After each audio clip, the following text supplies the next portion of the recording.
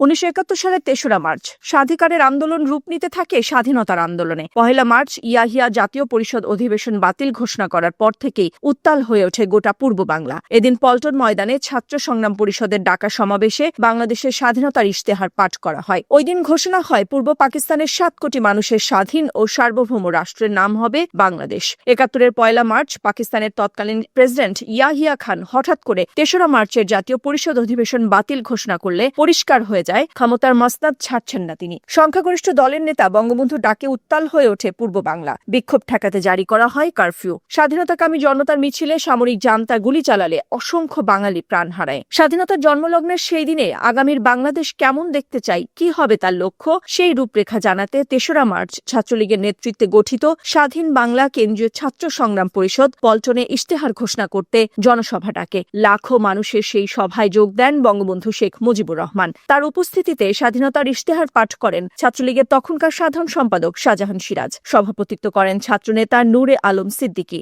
সমাবেশে উত্তোলন করা হয় স্বাধীন বাংলাদেশের জাতীয় পতাকা। ঘোষণা করা হয় রবীন্দ্রনাথ ঠাকুরের লেখা আমার সোনার বাংলা গানটিই হবে জাতীয় সঙ্গীত। এই ইশতেহারেই পূর্ব বাংলার ৭ কোটি মানুষের স্বাধীনতা ও সার্বভৌম রাষ্ট্রের নাম বাংলাদেশ হবে বলে ঘোষণা করা হয়। লাখো জনতার উপস্থিতিতে ইশতেহার পাঠের পর স্বাধীনতার সপক্ষে শপথ নেন স্বাধীন বাংলা কেন্দ্রীয় ছাত্র সংগ্রাম পরিষদের ৪ নেতা। জনসভায় দেয়া বক্তব্যে বঙ্গবন্ধু শেখ মুজিবুর রহমান কেন্দ্রীয় ছাত্র সংগ্রাম পরিষদের নেতাদের বিভ্রান্ত না হয়ে আন্দোলন চালিয়ে যাওয়ার আহ্বান জানান।